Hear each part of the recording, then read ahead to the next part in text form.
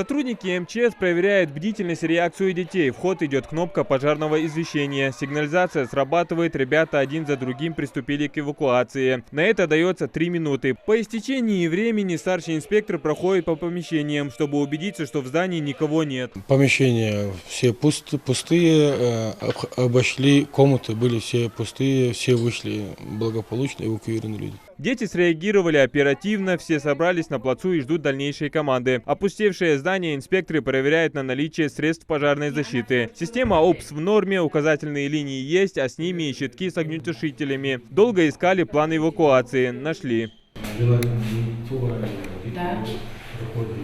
Да, перевесим, не проблема. Хорошо.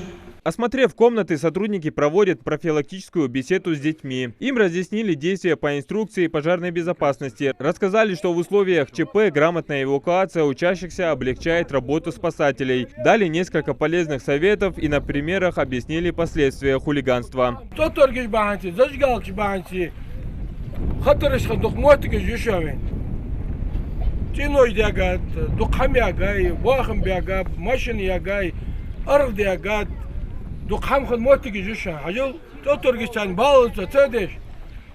Не только у лагеря, шейтага душа. Противопожарные проверки сотрудники МЧС проводят в рамках летних надзорно-профилактических мероприятий. Детская шалость – одна из причин частых пожаров в России. Недели 2-3 раза ездим, проводим инструктаж, эвакуацию, проводим инструктаж с детьми, чтобы дети знали, как вести себя при пожаре, при срабатывании сигнализации.